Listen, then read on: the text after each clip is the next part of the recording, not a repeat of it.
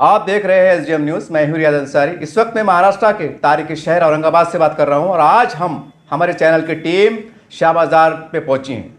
MIM के विभाग प्रवक्ता आरिफ हुसैन कार्यालय पे आप मौजूद हैं। हमारा आने का एक मकसद है, काफ़ी सैकड़ों लोगों से हमारी मुलाकात हुई हफ्ते में। काफ़ी लोगों ने कहा कि जालना रोड से अपने चंपा चौक से जालना रोड का जो रोड निकल रहा है मास्टर प्लान, उसमें सैकड़ों लोग मुतासिर हो रहे हैं। काफ़ी लोग परेशान हैं। लोगों ने कहा कि बस के ऊपर कुछ चर्चा की जाए, कुछ बात की जाए, हो रहा है नहीं हो रहा है, क्यों हो रहा है, क्या होगा क्या नहीं होगा। चलिए हम तमाम बातों में हम तफसीली गुफ्तगू करने जा रहे हैं। सर हमारे चैनल में स्वागत है, खैर मकदम है सर। बहुत बहुत शुक्रिया। ये मास्टर प्लान को लेकर आज लोगों की नींदें हराम है, इसके ऊपर क्या कौन सा मास्टर प्लान? जालना रोड अपने चंपा चौक से जालना रोड को जो मामला जा रहा है, 80 फीट 100 फीट कौन सा रोड है, क्या है वो? देखिए, ये प्लान 1970-72 का है और 1970-72 से ये डेवलपमेंट प्लान के अंदर लिया हुआ है। 100 फीट का रोड है जी। दमड़ी महल से लेके तो चंपा चौक जी। चंपा चौक से रेंगटीपुरा, रेंगटीपुरे से रमनसपुरा, दादा कॉलोनी काटता हुआ ये जाएगा जालना रोड को मिलेगा। जी। तो ये 100 फीट के रोड के रुंदीकरण के लिए, यानी कि इसके मास्टर प्लान के लिए, जी। क्यों तो दमड़ी महल से चंपा चौक तक का रोड बन चुका है। जी। मसला चंपा चौक से लेकर तो जालना रोड तक का है। जी। इसकी डिमांड बार बार हम लोगों ने भी हमारे खासदार इम्तियाज़ जलील साहब से की थी।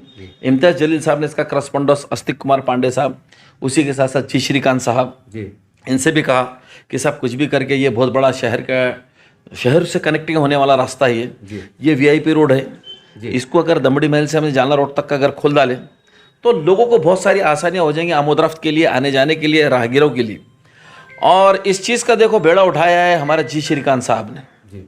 जी श्रीकांत साहब को भी सवाल ऐसा है कि चंपा चौक से लेके तो इसके बीच में जितनी भी प्रॉपर्टीज़ हायल होती हैं जी, या जितनी भी प्रॉपर्टीज़ को इसके अंदर जद में आती है, तो इसके अंदर क्या लोगों का भी बहुत बड़ा, जैसे हमारे बशीर साहब, बशीर अहमद साहब जी, बशीर लॉन्स वाले हैं जी, उसी के साथ साथ एक अहमद साहब बोल के आगे रमनस्तपुरे में रहते हैं, उसी तरह जागीरदार फैमिली है, उसी तरह हमारे माजी नगर से समर सलीम पटेल साहब, और इस रास्ते को निकालने के लिए बहुत अच्छी जद्दोजहद कर रहे हैं हमारे एक्स कारपोरेटर बल्लाड़ साहब। इन सबकी काबिश जद्दोजहद है कि ये रास्ता जल्द अज जल्द खुल जाए। ऐसी बात लेके जब जी श्रीकांत साहब के पास में आज से तकरीबन 1.5 साल पहले हमारी एक मीटिंग लिए थे, खासतौर से पूरे एमआईएम के कॉरपोरेटर्स की, उसमें फिरोज खान ने, मैंने इस इशू को उठाया था और इसकी अहमियत जो है तो कमिश्नर साहब के सामने बताई। वो दिन और आज का दिन जी श्रीकांत साहब ने इस इशू को इतनी गंभीरता से लिया और बिल्कुल ईमानदारी से इस काम को बेबाकी के साथ करना चाह रहे हो और बार बार आके इसके दौरे करते हैं, बार बार आके मेजरमेंट कराना चाहते हैं, टाउन प्लानिंग के लोगों की मीटिंग ले रहे हैं और अतिक्रमण विभाग के लोगों की मीटिंग ले रहे हैं और अतराफ में जितने लोगों की प्रॉपर्टीज जा रही है इन लोगों से भी मीटिंग कर रहे हैं, तो उन लोगों को बुला रहे हैं और जल्द से जल्द इस रास्ते को निकालने की पूरी अंतक जद्दोजहद और कोशिश जारी है। सर सवाल ये है, जब हम शहर में वार्ड में घूम रहे थे, लोगों का कहना था कि 72 का अपना प्लान का पेश किया, ये नहीं कि आधी सदी 50 साल के ऊपर होते साहब।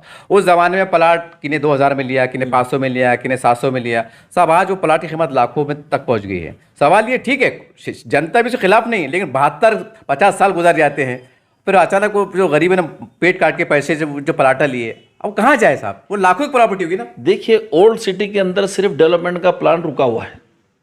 शहर के अतराफ के अंदर आप जाके देखेंगे तो डेवलपमेंट हो चुका है। लोगों ने क्या किए, लोग खुद तरक्की पसंद हो चुके हैं जी, लोगों के जहन तरक्की की तरफ जा रहे हैं, तो ऐसे लोगों ने कई अपनी प्रॉपर्टियाँ खुद दी है बुला के जी। अब आप बता रहे कि 50 साल से ज़ेर इल्तिमाम पड़ा हुआ, बिल्कुल ज़ेर इल्तिमाम पड़ा हुआ।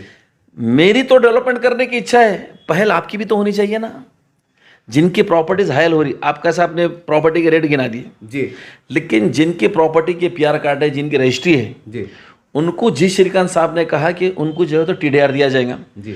टीडीआर के रेट बढ़ा दिए गए जी और बिल्डरों को कंपलसरी कर दिया गया कि 40% तक टीडीआर उन्होंने लगाना तो ही परमिशन को फाइल डालना जी। तो यानी कि लोगों का नुकसान होने वाला नहीं। लेकिन जैसे ही रमनसपुर से आगे जाएंगे, अब दादा कॉलोनी की तरफ कह रही है, वो पूरा बॉन्ड पे है जी। तो जिनकी बॉन्ड की प्रॉपर्टीज है उनके लिए भी आपने रास्ता निकाल के रखे जी श्रीकांत साहब ने जी। उनको भी प्राय व्यवस्था बोल के कोई घर देने वाले हैं, कुछ 216 217 घट नंबर के अंदर मैंने सुना है वहाँ प्लॉट भी देने वाले हैं। लेकिन ये जो 100 फीट का रोड है, ये रोड है 100 फीट का, आप समझ जाओ जी।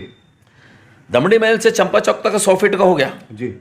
चंपा चौक से जालना रोड तक का ये 100 फीट का रास्ता है जी।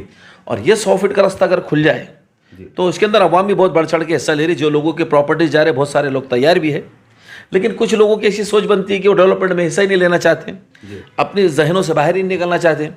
तो वो लोगों को भी देखना पड़ेगा दुनिया किधर जा रही। और जी श्रीकांत साहब है जी अभी जॉइंट मेजरमेंट सिटी सर्वे के साथ मिलने के बार बार ऑर्डर निकाले साहब ने जी आज या कल के अंदर जॉइंट मेजरमेंट होने वाला है। क्यों तो मार्किंग पहले कभी किसी ने कुछ डाल दिया, कभी किसी ने कुछ डाल दिया, जी कभी मार्किंग 3 फीट इधर जा रही, कभी 3 फीट इधर जा रही। जी अब लोग भी तो जब स्पॉट के ऊपर जब लोग काम करने को आते लोग बहुत पजल कर देते, लोगों को गुमराह कर देते। जी लेकिन हमारा ये बोलना था कि और कमिश्नर साहब ने बहुत बेहतरीन डिसीजन लिया कि टाउन प्लानिंग के लोग, उसी के साथ साथ सिटी सर्वे के लोग, कॉर्पोरेशन के लोग और प्लस जिनके प्रॉपर्टीज है वो लोग सब सामने रह के जॉइंट मेजरमेंट होगा। और जॉइंट मेजरमेंट होने के बाद में सच्चाई सामने आ जाएंगे और एक बार अब जो मार्किंग गिर जाएंगी उसमें से इंच भी सरकने वाला नहीं है। और ये इस मास्टर प्लान का काम हो जाएगा, यानी कि घरों को निकालने का काम हो जाएगा। सर सवाल ये है जैसा आपने किया बॉन्ड का जिक्र किया, ठीक है बॉन्ड पे ठीक है बात सही है, लेकिन आज की वैल्यूएशन में कोई प्लाट 50 लाख का है, 60 लाख का है, 35 लाख का है, जैसा आपने कहा कि वो देने वाले, अब वहाँ का वैल्यूएशन निकाले साहब तो वो 10-12 लाख में टप जा रहा। तो कहीं ना कहीं लोगों को नुकसान महसूस हो रहा है कि हमने पेट काट के आज के हमारे लिए थे, आज हमारा जो 40-50 लाख का प्लाट है, अगर हमको 10 लाख का मकान मिला 40 लाख का घाटा है, ये लोगों की सोच है। नहीं देखो, लोगों की सोच तो आसमान पे जाएंगी जब आपकी प्रॉपर्टी की पेपर ही क्लियर नहीं है, जब उसकी रजिस्ट्री और पीआर कार्ड ही नहीं है। तो गरीबी माहौल था साहब। नहीं सुनिए ना, मेरे गरीब है तो घर दे रहे ना, उनको छत दे रहे ना। लेकिन अगर इस सोच से आप बाहर नहीं निकलेंगे तो अभी 50 साल हुए और 50 साल इंतजार करो अब फिर होगा क्या कि आज एक कमिश्नर साहब बहुत अच्छे आए हुए जो आपके पुनर्वसन का सोच रहे हैं, आपकी प्राय व्यवस्था देने का सोच रहे हैं, आपको मुबदले में घर देने का सोच रहे। वरना जिनके पास बॉन्ड है, कई लोगों की इमला के निकालिए, पूछो सर आज तक उनको प्राय व्यवस्था में कुछ मिला क्या। लेकिन ये साहब की सोच बहुत अच्छी है, जी श्रीकांत साहब की। ये किसी के घर का छत नहीं छीनना चाहते, ये छत के मुबादले में आपको छत देना चाह रहे हैं। लेकिन हमको भी थोड़ा सा ब्रॉडबैंड करना पड़ेगा। और चंद लोग हैं वो, कोई बहुत बड़ी बात नहीं उसमें। जैसे आप बात बता रहे कि जो बॉन्ड वाले लोग हैं, तो ऐसे नहीं कि पूरे बॉन्ड वाले लोग जिद करके बैठे, कई लोग तैयार है, आधे ज़्यादा लोग तैयार है इसमें देने को, वो हर चीज़ को मानने को तैयार है। लेकिन कुछ लोगों की आदत ये रहती है कि वो जिद और हठधर्मी में उतर जाएंगे, तो फिर कॉर्पोरेशन को इख्तियारात बहुत है जी, कॉर्पोरेशन उस तरीके से भी काम कर लेंगे। लेकिन रोड का निकलना ज़रूरी है। हम नहीं चाहते किसी का नुकसान हो, नाम इस फेवर में कि किसी का नुकसान हो, लेकिन लोगों ने भी कई मसालियत करने की और कई कॉम्प्रोमाइज़ का माइंड से ही काम करना चाहिए। सर ऐसा हो सकता है क्या, ये चंद लोगों की सोच थी कि भाई जैसा हमारा प्लाट 600 स्क्वायर फीट का है, मान लो 30 लाख का है, अब घर में 2 बेटे हैं, 4 बेटे हैं, घर बड़ा, आदमी सोचता बेच के दूसरी तरफ जाएंगे कि उनको 1200 स्क्वायर फीट दे दो कि ठीक है भाई महंगे के हिसाब से इक्वल टू हम दे देते ताकि आपका भी कहीं ना कहीं समाधान हो जाए। ऐसा हो सकता है, ऐसा मुमकिन है सर? देखिए अंसारी साहब, ये डेवलपमेंट प्लान कब से आया हुआ है? 50 साल से आया हुआ है। ये बात तो आपको मालूम है कि 50 साल से ये सब होने वाला है। 50 साल में आपने क्या तैयारी करे? सवाल ही फिर कॉर्पोरेशन के एक्शन क्यों नहीं सकते साल? सुनिए ना, अभी यही तो बात आई ना फिर कि मुबदले की बात थी। अच्छा। भाई किसी का घर आप फुकट में तो ले नहीं सकते, जिनकी रजिस्ट्री जिनकी पीआर कार्ड है आप उनके फुकट तो ले नहीं सकते। तो माहौल बनते बनते बनते 50 साल लग गए आज, और 50 साल के बाद भी अगर हम वहीं खड़े हुए हैं तो इसका साफ मतलब है कि आप तरक्की पसंद नहीं है, आप तरक्की को जो है तो सपोर्ट नहीं करना चाहते। सिर्फ देखो बातों के मकड़ जाले में आप मेरे को मैं आपको बहुत कुछ ले सकते, लेकिन काम तो झुका तो है ना, तो थोड़ा लेके थोड़ा दे के थोड़ा पकड़ के थोड़ा छोड़ के काम करना पड़ेगा। और मैं फिर बार बार कहूँगा तमाम अवाम से, देखिए जी श्रीकांत साहब जैसा कमिश्नर आपको नहीं मिलेगा। ये तरक्की पसंद इंसान है, लोगों के हमदर्द है, लोगों का नुकसान नहीं चाहते, और लोगों को ज़्यादा से ज़्यादा कैसा उनको मदद करते आती इस तरीके से काम करते हैं। आज ओल्ड सिटी के अंदर जितने भी डेवलपमेंट के काम हुए, ऐसा नहीं है कि नई सिटी में नहीं करें, लेकिन माइंड बहुत ज़बरदस्त है और बिल्कुल इम्पार्शल है जी श्रीकांत साहब। स्पॉट पे हमने कई बार लेके आए, मैं नासिर सिद्दीकी साहब, फिरोज़ खान साहब, इम्तियाज़ जलील साहब की हिदायत के ऊपर जब हमने कमिश्नर साहब को जो कामों पे लेके आए, एक बार आके स्पॉट इंस्पेक्शन कर लिए तो फिर वो काम करे ही करे उन्होंने। फिर कोई चीज़ की परवाह नहीं करेगा, फंड कहाँ से क्रेस किया जाएगा, काम कैसा होगा। तो तमाम लोगों से मेरी गुजारिश है, चंपा चौक से लेके तो आज़ाद ये जालना रोड तक जितने लोगों की इमलाक, जितने लोगों की प्रॉपर्टीज़ ये रास्ते में जा रही है, मेरी उनसे गुजारिश है कि आप कमिश्नर साहब के पास प्रस्ताव आके देखें, आप अपनी बात उनके सामने रखें और जो बेहतर से बेहतर हो सकता है वो रास्ता निकालें। आपके दादा कॉलोनी वाले लोगों से मैं कहूँगा कि बल्लाड़ साहब से मिलो जी, और उससे पहले इधर अगर कोई रमनासपुर तक जितने लोग हैं, फिरोज़ खान साहब है, नासिर सिद्दीकी साहब है, इनसे मिलो जी। आपको लिया कि हम जो भी हो सका सलीम पटेल साहब जो हमारे एक्स कारपोरेटर हैं, इनसे मिलिए। तो ये वो लोग हैं आपकी मदद करेंगे और ज़्यादा से ज़्यादा आपका फ़ायदा कराने की कोशिश करेंगे। लेकिन रास्ते का निकलना ज़रूरी है, इसके अंदर सबने जहन बनाना चाहिए और इंशाल्लाह ये काम बहुत जल्द होने वाला है। सर ऐसा क्यों नहीं हो पाता? जैसा आप जो है तो जैसा एक मास्टर प्लान आया, ठीक है, डेवलपमेंट हो जो भी हो, तो उसको एक मियाद के 5 साल में हो जाना चाहिए। आवाम को बोलना चाहिए कि भाई ये शहर का, ये गली का रोड मास्टर प्लान होने वाला है, आज हमने कानून को इसको पास किया, फाइल को पास किया, 5 साल के भीतर हो जाना चाहिए। बात गवर्नमेंट पास करा दी थी, फिर बात तो फंड नहीं है, ये नहीं, फिर लोग भी झकोले में आ जाते, लोग बोलते भाई नहीं होगा, कब होगा, जान दो, चल रहा है। तो कानून की नहीं मत तक मेरे को एक बात बताइए, कुछ चल रहा ना कुछ चल रहा, ना कोई झकोले में नहीं रहता, सबको मालूम है क्या होने वाला है। अभी जितने लोगों के रास्ते जा रहे हैं ना, ऐसे कई लोग हैं 70% जिन्होंने मुतबादिल जगह ले चुके, खुद के अपनी तैयारियां कर चुके। अच्छा, लेकिन देखिए कुछ लोग, अगर मैं मेरे हालत ही नहीं बदलना चाहता तो फिर ये मेरा अपना मसला। और ठीक है, MRTP एक्ट ऐसा है जी, Maharashtra town planning regional act, जी, इसके तहत मास्टर प्लान गिरता है। मेरे को एक बात बताइए आप कि जो मास्टर प्लान डाला गया जी, कहाँ कैंसिल हुआ आज तक? आप भी अटक के बैठे हुए, ना आपको परमिशन मिलती, ना परमिशन के तहत घर बना सकते, ना बैंकिंग से लोन मिल सकता। ये जो घर बने क्या ऐसे बने? हाँ, सब इलीगल में गिनती में है वे। आप बताओ उनको जाके परमिशन मिलती क्या? उनको बना नहीं सकते, बनेंगे तो इलीगल है। इलीगल तो कारपोरेशन अपने कानूनी अधिनियम के हिसाब से, कानूनी एक्ट के हिसाब से कभी भी इस पर कार्रवाई कर सकती। मतलब चल रहा बस कैसे? हाँ, बस वही चल रहा तब तक 50 साल, 50 सालों में, 50 सालों से ये चल रहा।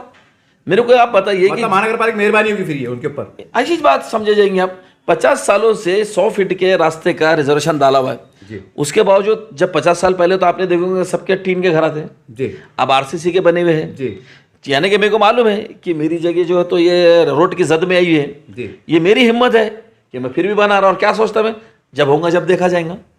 अब जब होने का टाइम आया तो फिर मैं तो गरीब बन गया, फिर अब मेरे साथ में इंसाफ करो।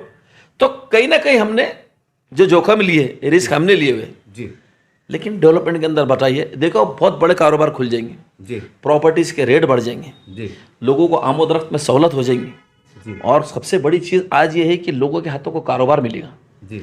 तो इस पहल के अंदर भी लोगों ने सोचना चाहिए। सर क्या इमाम इस बात की नुमाइंदगी कर सकती है कि साहब मान लो कि इसका 50 लाख के 60 लाख के जो तो अपने जो उनको वो अपने मुतासिर हो रहा है कि भाई जहाँ भी ज़मीन देने वाले हैं आप वहाँ पर 1200, 1800, 2000, ताकि आने वाले वक्तों में उनको भी एक समाधान हो सके कि भाई चलो हमारा गया लेकिन आने 10 साल में हम भी डेवलप हो जाएंगे। जितनों की प्रॉपर्टी, जिनके TDR है, जिनके पास रजिस्ट्री है, जिनके पास PR कार्ड है, उनको TDR मिलने वाला है। उसका वो बताइए नफा नुकसान कैसा रहेगा? बहुत, उसके अंदर कोई नुकसान, 50 लाख की प्रॉपर्टी सुनिए ना, कोई नुकसान होने वाला नहीं उनका। तो बताइए, खुल के उसके बताइए। अंदर खास बात ये है कि कमिश्नर साहब ने उसका रेट भी बढ़ा दिए। आपके अगर 600 स्क्वायर फीट जा रही तो आपको 3 पट बढ़ा के दे रहे। सुनिए दूसरी बात, अच्छा। और उसके बाद में बिल्डरों को आपने जो तो वो कर डाले, रिस्ट्रिक्शन कर दिए, उनको बंधन कारक कर दिए, लाजमी कर दिए कि 40% TDR तुमको खरीदना पड़ेगा जब भी परमिशन की फाइल डाल सकते। अभी मार्केट में TDR नहीं है। आपकी खास बात मैं कह रहा हूँ कि मार्केट में TDR नहीं है, बिल्डर लोग मिल रहे हैं, TDR नहीं मिल रहा। तो जिनके पास रजिस्ट्री है, जिनका PR कार्ड है, उनका ज़्यादा मसला ही नहीं है। ये मसला सिर्फ उन लोगों का जिन्होंने बॉन्डों के ऊपर बैठे हुए जी। अब बॉन्ड पे बैठने का साफ मतलब है कि ये प्रॉपर्टी उनकी तो है ही नहीं जी। अब जिन किसी की प्रॉपर्टी है, साहब खरीदे हुए ना करो, मैं बता रहा हूँ, तो रजिस्ट्री क्यों नहीं करे? अब गरीबी इतनी से आप क्या करेंगे? अरे होती नहीं रजिस्ट्री उनकी, जब बॉन्ड पे बैठे हुए हैं वो उनकी रजिस्ट्री नहीं होती इसलिए बैठे हुए बॉन्ड पे। इतने साल आपने रह गए, लेकिन आपने मुतबादिल जगह अपने आला औलाद का फ्यूचर का मुस्तकबिल का सोच के कहीं ना कहीं अपना कुछ ना कुछ इंतजाम करना चाहिए था, लेकिन अभी भी आपका नुकसान नहीं है जी। इसलिए मैं बार बार कह रहा हूँ कि जी श्रीकांत साहब कमिश्नर बहुत अच्छे हैं। मैं यूं ही तारीफ नहीं कर रहा, आस्तिक कुमार पांडे साहब की हमने बहुत आलोचना की थी, क्यों तो डेवलपमेंट के काम नहीं करते थे। जब कमिश्नर काम नहीं करते हम रस्तों पर उतर के एहतजाज करते, लेकिन जब तुम्हारे पास में डेवलपमेंट करने के लिए कोई अच्छी सोच वाले ऑफिसर आए हुए हैं तो हमको उनकी कदर करना पड़ेगा और उनको तौन भी करना पड़ेगा और बहुत इंटरेस्टेड हुए रास्ता निकालने में जी। तो अभी जॉइंट मेजरमेंट हो जाएगा सिटी सर्वे का, टाउन प्लानिंग का, और जिनके प्रॉपर्टीज है उनके साथ में जॉइंट मेजरमेंट के साथ में जब मार्किंग गिर जाएंगी, वो मार्किंग जो लास्ट मार्किंग रहेंगी और उसके हिसाब से रास्ता खोलने का काम शुरू हो जाएगा। सर मोटा मोटा एक जहन में जो एक ये मेरा सवाल पब्लिक का बता रहा हूँ, पब्लिक के नज़रिए सवाल कर रहा हूँ आपको। जैसा मेरा है 20-30 का प्लाट, उसकी लागत समझो आज 50 लाख है, जैसा आपने TDR बोले। अब मैं वहाँ से घर छोड़ रहा हूँ आंसुओं के साथ, तो मेरा नुकसान कितना, फायदा कितना, ये तो खुल के बता दीजिए। जब 50 लाख की मेरी प्रॉपर्टी, ये सारी बातों के लिए आपको जितना खुल की जाने के आप आंसू नहीं लेंगे। अच्छा, आपके आंख में आंसू नहीं आएंगे। जी जी। आपको कहीं भी ये नहीं जाएंगे लगेगा कि आपको ठग लिया गया, जी जी। ये आपकी प्रॉपर्टी को कहीं लूट लिया गया, अच्छा, या उसको जो है तो ज़ाय कर दी गई। जी जी। लेकिन ये सारी चीज़ों के लिए अब मैं कमिश्नर तो हूँ नहीं। अच्छा जी। तो आपको वहाँ तक तो पहुँचना पड़ेगा ना, जिम्मेदारों तक। करेंगे कोशिश के लिए। अरे हम तो बैठे, मैं तो नाम लेके बता रहा, नासिर सिद्दीकी साहब का, फिरोज खान साहब का, बल्लाड़ साहब का, सलीम पटेल साहब का, मेरा खुद का, इम्तियाज साहब का ऑफिस खुला है। जी बिल्कुल हम लोग हम इसी पे काम में लगे हुए सब ये जी सब चाहते हैं कि भाई ये रास्ता निकल जाए, और जो लोग परेशान हैं जिनको नहीं समझ रहा उनको बराबर वहां तक हम ले आके टाउन प्लानिंग के लोगों से मिलाते। कितने लोगों को हमने लेके कमिश्नर साहब से मिला है हमने कमिश्नर साहब से, और सलीम पटेल साहब ने बहुत लोगों की रहनुमाई करे इसके अंदर। तो देखिए जो लोग तरक्की पसंद है वो बराबर सामने आ रहे हैं, लेकिन कुछ लोगों को इसके अंदर बिल्कुल घबराने की या परेशान होने की जरूरत नहीं है। अब लेकिन एक बात सुनिए, अब जिनका 600 का जिनका पूरा जा रहा है ये उनकी बात आप कर रहे हैं, लेकिन जिनका आधा जा रहा है और आधा बच रहा, अच्छा ये मसला है। हाँ ये भी एक मसला है। कितना फायदा है? 100 फीट के रोड पे आप आ जा रहे, जी आपका टीडीआर सामने है, आपको एफएसआई मिल सकता है, आपको टीडीआर मिल सकता है, आप ऊपर बनाइए, कारोबार खोल लीजिए, आने वाले बच्चों के मुस्तकबिल आपकी पीढ़ी दर पीढ़ी कारोबार से लग जाएंगी, रोजगार लग जाएगा। तो सारी देखो नुकसानात भी चंद लोगों के हैं लेकिन फायदे भी बेशुमार हैं। लेकिन लोगों को आमोदरफ्त के लिए, कारोबार के लिए, सबके लिए रास्तों का कुशादा ना, क्यों तो आप देखो आबादी कितनी तेजी से बढ़ जी अब गाड़ियाँ कितनी तेजी से सड़कों पे आ रही हैं जी, और पॉपुलेशन दिन पे दिन बढ़ता जा रहा है, और हम रास्तों को तंग से तंग करे चले जा रहे हैं, हम रास्तों को छोटे से छोटा करते चल जा रहे हैं। अब इंक्रोचमेंट कितने बढ़ रहे हैं, जी बार बार कारपोरेशन को कार्रवाई करना पड़ी। तो ये 100 फीट का रास्ता खुल जाएगा, बहुत बड़ा ट्रैफिक का मेंटली टेंशन भी लोगों का कम होगा, जी आमोदरफ्त के लिए रास्ते कुशादा हो जाएंगे, कारोबार के लिए रास्ते हमवार हो जाएंगे, और रोजगार के मौके फराहम हो जाएंगे। सर एक सवाल है, फिर एक बार सवाल दोहरा रहा हूँ। जब बॉन्ड की आपने जिक्र किया साहब, आप जब हर्सुल बोलो जहाँ भी देंगे साहब, एक वो सेटिंग रहता है, बच्चों का स्कूल है, कॉलेज है, कारोबार है, आना है जाना है, तो ये कैसा होगा इनका? शहर बहुत तेजी से बढ़ रहा है जनाब। जिस जमाने में मैं स्कूल में पढ़ता था, चेलीपुरा तहताना का स्कूल था, एक स्कूल, आज हजारों स्कूल शहर में खुल चुके हैं। ये कोई वजह नहीं हुई, आपको जहाँ भी दिया जाएगा सारी फैसिलिटीज नजदीक नजदीक ही देखी जाएंगी ना। अभी लाइट पानी लाइट सब महाड़ा के कुछ घरों की एक स्कीम है जी, 2 बेड किचन की है। अच्छा अब आज आपका सादा घर मेरे हिसाब से 15 लाख का है जी, अब 2 बेड किचन का मेरे को बताइए अब कितने का प्राइस होंगी कम से कम? वहाँ से ज़्यादा आपको 20-25 लाख का भाव चली थी। तो मैं कह रहा हूँ कमिश्नर साहब से मिलो तो सही। अभी पैट के अंदाजों की दुनिया में क्यों परेशान हो रहे, पहले हकीकत ये हो सकता है जैसा आप बता रहे। क्यों नहीं हो सकता? अरे कमिश्नर साहब करने के लिए बैठे हुए हैं सब, हमारी कई बार उनसे मीटिंग हो चुकी है। मैं बार बार इसलिए कह रहा हूँ कि जी श्रीकांत साहब जैसा कमिश्नर आज तक, आगे का तो अल्लाह मालिक है जी, इस कारपोरेशन को नहीं मिला। जी तरक्की पसंद है, सारे समाजों को लेकर चलना चाहते हैं, हर क्षेत्र के अंदर विकास करना चाहते हैं, पर्टिकुलर किसी का नहीं कि आप लड़के हैं मैं लड़का नहीं, जहाँ डेवलपमेंट की जरूरत है बिल्कुल कर देते। और बार बार मैंने देखा, अभी आपने देखे होंगे कटकट गेट से लेकर रोशन गेट तक के मसला था जी, क्या स्टेटमेंट था साहब का, आपने देखा जी जी, कि देखो आप ही के रास्ते बड़े करो, आपके रास्ते बड़े करेंगे, आप ही के रोजगार होंगे। हम नहीं चाहते किसी को तकलीफ देना, हम नहीं चाहते किसी के सर पे से छत को हटाना, लेकिन आपको भी पहल करना पड़ेगा। बहुत बेहतरीन बात करी, जबकि पावर है उनके हाथ के अंदर, आपको बोलने की जरूरत नहीं है। उनके इख्तियारात का इलीगल बोल के भी कार्रवाई कर सकते हो, लेकिन वो किसी को बेघर नहीं करना चाहते, किसी के सर पे से छत को नहीं हटाना चाहते।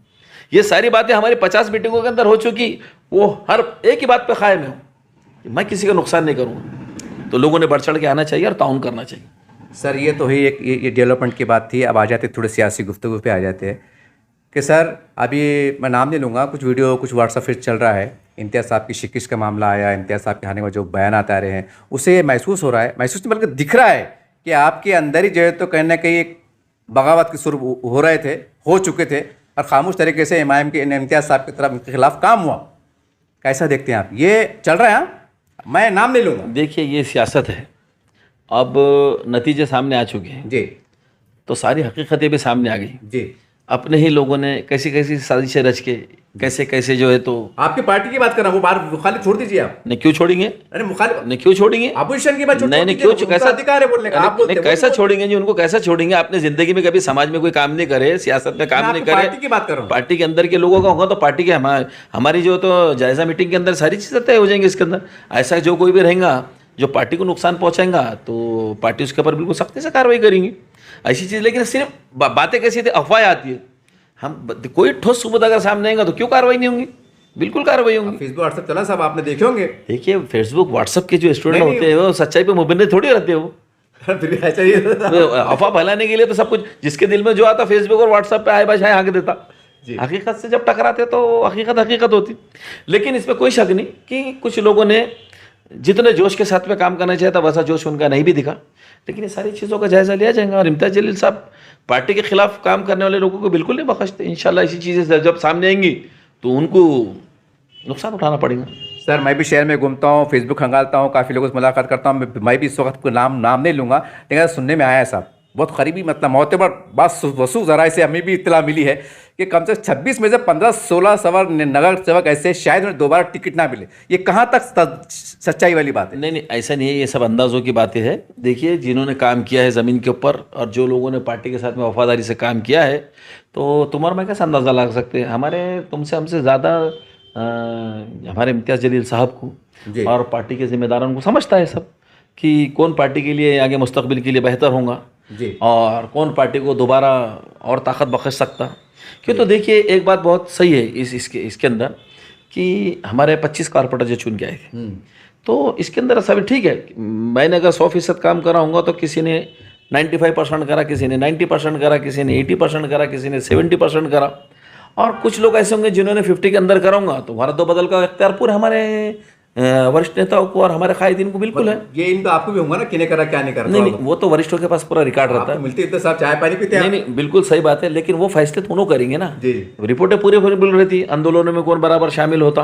अच्छा, वो रिकॉर्ड करेंगे? सब रिकॉर्ड पे रहता है, रिकॉर्ड मौजूद है सब। आंदोलनों में कौन शामिल रहता, कौन सिर्फ आके चेहरा दिखा के चल जाता, आखिर तक कौन शामिल रहता, मुकदमे किन पे हुए, इम्तियाज साहब, नासिर सिद्दीकी साहब, फिरोज खान साहब, हम चंद लोग तो ऐसे हैं कि हर केस में हम मौजूद है जब भी पार्टी के आंदोलन होते हैं। और ऐसा नहीं है कि और कुछ लोग भी रहते हैं, लेकिन किसी की जाती मजबूरियां भी होती है। लेकिन जैसा आप बता रहे वैसा कुछ भी नहीं रहेगा। पार्टी जो तो सबके साथ बराबर इंसाफ करेंगे, किसी को ऐसा से कमतरी में जाने की जरूरत नहीं। आपका सवाल जो हमारे कारपोरेटरों को ऐसा से कमतरी में डालने वाला सवाल गुजरा साहब, ये नहीं सवाल गूंज रहा है, लोग अंदाजे लगाते हैं आपका टिकट कट जाना मेरे को मिल जाना ऐसा हो सकता है तो ये मतलब ही लोगों के ख्याल आ रहा है। लेकिन वाकई में समझो, जिन्होंने बहुत अच्छा काम अगर ज़मीन पे किया है और वार्ड के लोगों की अगर चाहत उनको है और पार्टी को भी लगता है कि पार्टी के लिए सबसे बेहतर है ये, तो क्यों हमारे कायदीन उनके साथ में नाइंसाफ़ी करेंगे? ऐसा कहीं भी नहीं होने वाला। ऐसा एक सवाल बड़ा सियासती बड़ा सवाल, बहुत बड़ा सवाल है। देखिए, जब इलेक्शन हो रहे थे तो बहुत से लोग बोल रहे थे कि समीर बिल्डर साहब को जो है तो चुनाव टिकट में आमदा का टिकट मिलना चाहिए। उन्होंने भी बहुत ताकत लगाए, फेसबुक पे, व्हाट्सएप पे, प्रेस पे बहुत अच्छी से बात की।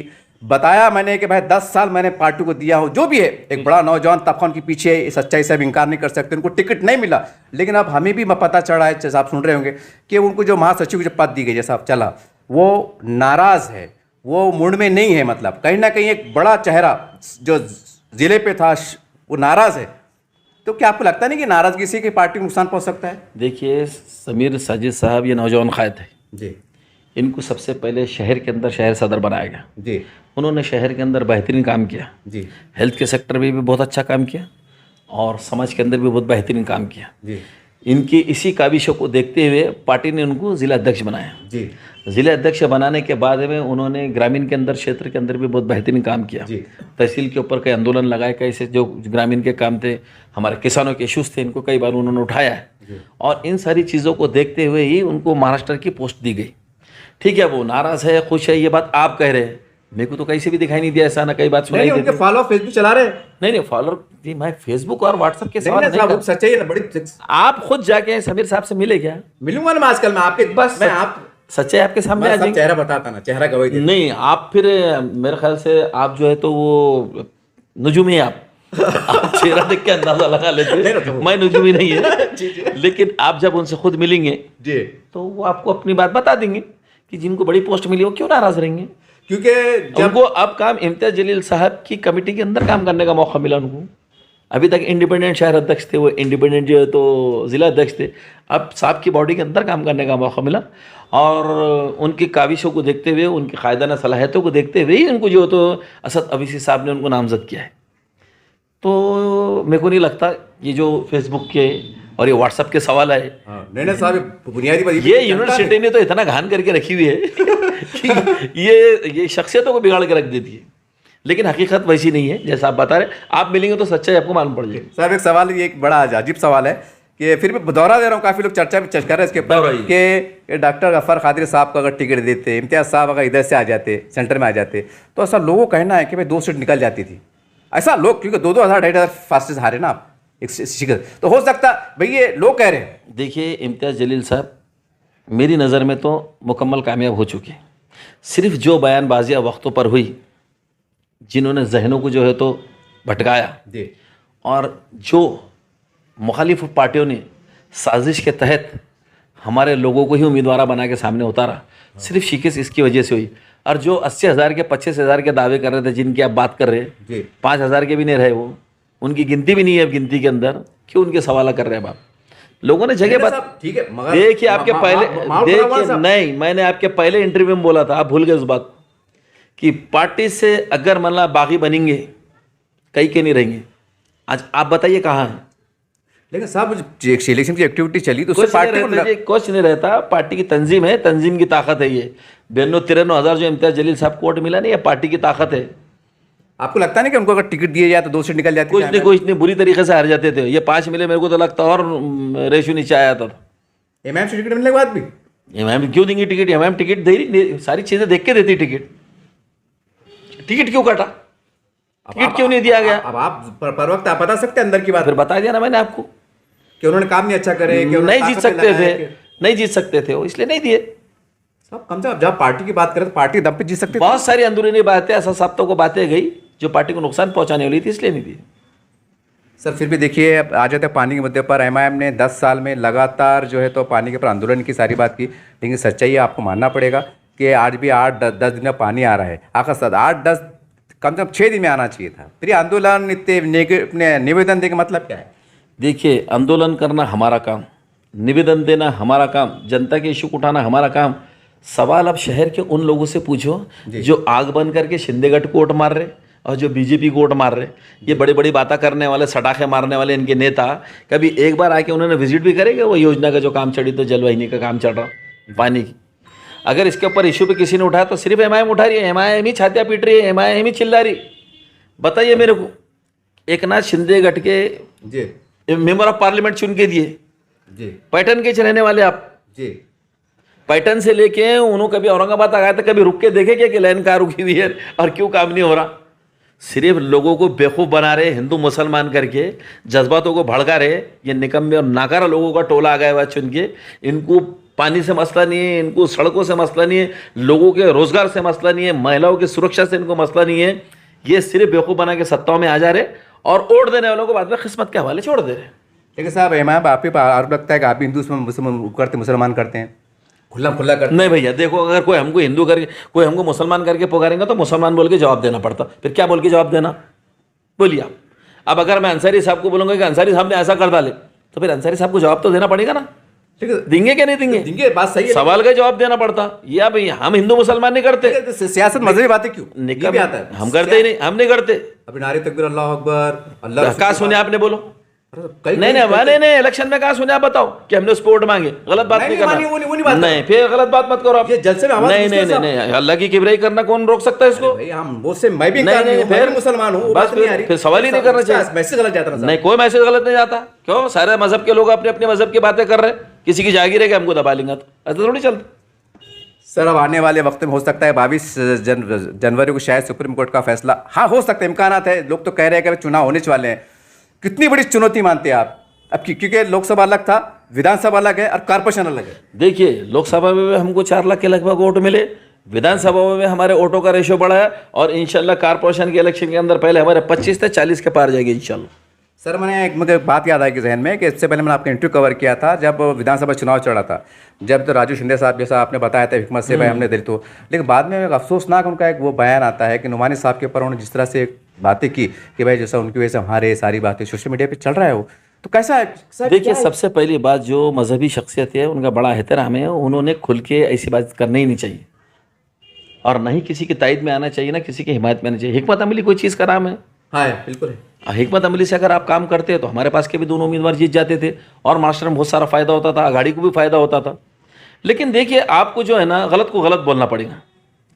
अगर मैं मानता हूँ मैं बहुत काबिल हूँ, बहुत मैं आला हूँ, लेकिन मेरे से अगर गलती हो रही तो आपको तो बताना पड़ेगा ना कि गलती सरजद हो रही बोल के। शिंदे साहब ने क्या बोले और क्या नहीं बोले, मैं उस सवाल के बखेरे में नहीं जाता हूँ, लेकिन इसमें कोई शक नहीं कि मजहबी शख्सियतों ने हिकमत अमली से काम करना चाहिए, तो इसके फ़ायदे बहुत आ सकते। सवाल ये साहब, जैसा आपने मजहबी शख्सियत नहीं आना चाहिए, फिर जो हिंदू नहीं आना चाहिए, मैं नहीं बोला, नहीं, हिकमत अमली से आएगा हिकमत, तो फिर सवाल ये भी, वो भी तो हिंदू साधु संत, ये भी तो कहीं ना कहीं राजनीति में विकास की बात कर अरे रहे हैं। भैया योगी जी आए हुए हैं। मेरी बात सुनिए, अरे सब मक्का रोकर भामटों का टोला है जी, जिनकी आप बात कर रहे, तो ये काम कर रहे क्या? ये सिर्फ हिंदू मुसलमान एक आसान इनको हरबा मिला हुआ है, इनको रोजगार किसी को देना नहीं है, महंगाई को कम करना नहीं है, डॉलर का रेट 87 के ऊपर चले गया, आज मुल्क को कर्जदार कितना बड़ा हो चुका।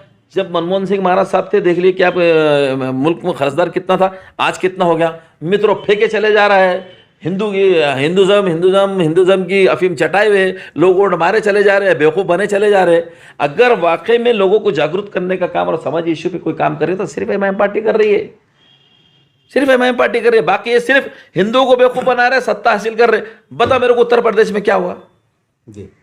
आज? आप जो है तो वहाँ का क्राइम का ब्यूरो निकाल के देखो आप, पुलिस को ठोक रही है वहाँ, पुलिस की मुखबिरी कर रही है वहाँ। इन्होंने बात करे थे, बड़े बड़े बातें करके आए थे, बेवकूफ़ बनाए इन्होंने। 2 करोड़ नौकरियां देंगे, गाजर दिए जी। गंगा को 2022 तक साफ कर देंगे, गंदी से गंदी होकर रह गई। तो अब जो लोग वोट दे रहे, ये सवाल ही नहीं कर रहे जी। अब ये सिर्फ अफीम चाटे हुए इन्होंने बस हिंदुत्व की, उसके अंदर तुम्हारा मैं क्या कर सकते? हम जितना जगाने का काम उतना करेंगे, जितना हम काम कर सकते सियासत में बिल्कुल तक काम करेंगे। सवाल ये साहब, जो मीडिया हम देख रहे हैं खंगाल, उसमें हिंदुओं को महसूस हो रहा है या उनको वो बावर करा रहे हैं कि हिंदू खतरे में, हिंदू समाज खतरे में, हिंदू धर्म खतरे में, तो ये तो कश्मकश वाली बात होगी साहब। देखो, जो डरपोक होगा वो डरेगा। संविधान आपके पास में है, क्या का खतरे में है? कौन खतरे में है? सुप्रीम कोर्ट के जजेस से लेकर तो लोअर कोर्ट तक क्या मुसलमान बैठे हुए? क्या जजेस? प्राइम मिनिस्टर से लेके नीचे के कॉर्पोरेटर तक क्या मुस्लिम बैठे हुए? क्या पूरे? किससे डरे? अधूरी बातें क्यों करते? क्यों हिंदू समाज को डरा रहे? और इनको मालूम है कि हिंदू कौम को सिर्फ डराओ और इनके वोट ले लो, मुसलमानों से डराओ और वोट ले लो। इस पॉलिसी पे काम चल रहा। एक पैसे का काम करने की जरूरत नहीं है निकम्मों को। ना कोई धरना करेंगे, ना आंदोलन करेंगे, ना पानी का काम करेंगे, ना कचरे का काम करेंगे, ना रोजगार का काम करेंगे, ना किसी को किसानों के इशू उठाएंगे। सिर्फ आओ मुसलमानों को 2 बात करो, बाप की जागीर वोट मिल रहे ना उनको। मुसलमान तो इनके बाप की बबूती हो गई ना।